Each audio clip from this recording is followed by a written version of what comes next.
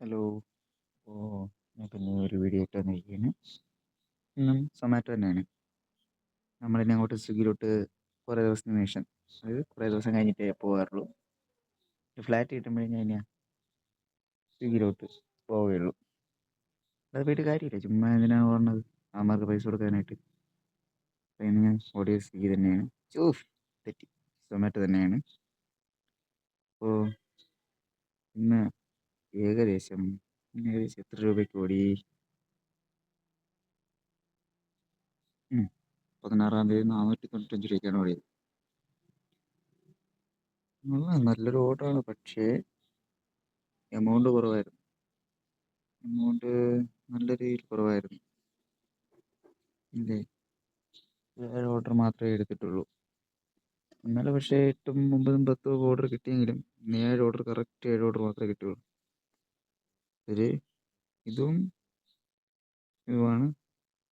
നല്ല വലിയ ഓർഡറും റെയിൻ സർജും കൂടെ കിട്ടിയത്.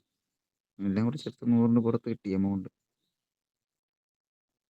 നല്ലൊരു എമൗണ്ട് ആയിരുന്നു, പക്ഷേ കുറച്ച് ഓർഡർ കൂടെ കിട്ടിയിരുന്നെങ്കിൽ എമൗണ്ട് കിട്ടിയായിരുന്നു, കുറച്ചുകൂടെ എമൗണ്ട് കിട്ടിയാണ്.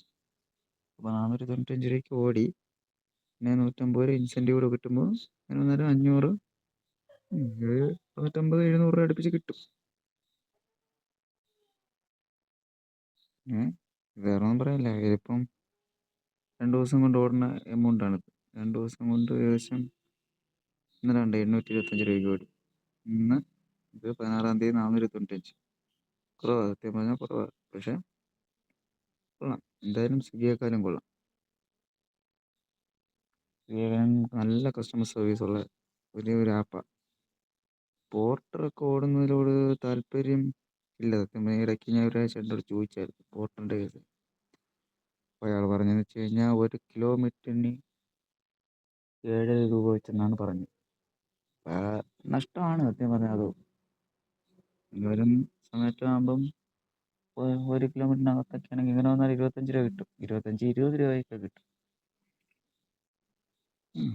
അപ്പം ഇതിൽ കൂടുതൽ വേറെ ഒന്നും പറയാനില്ല.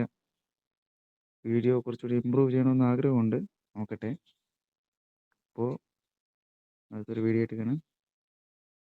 Bye bye.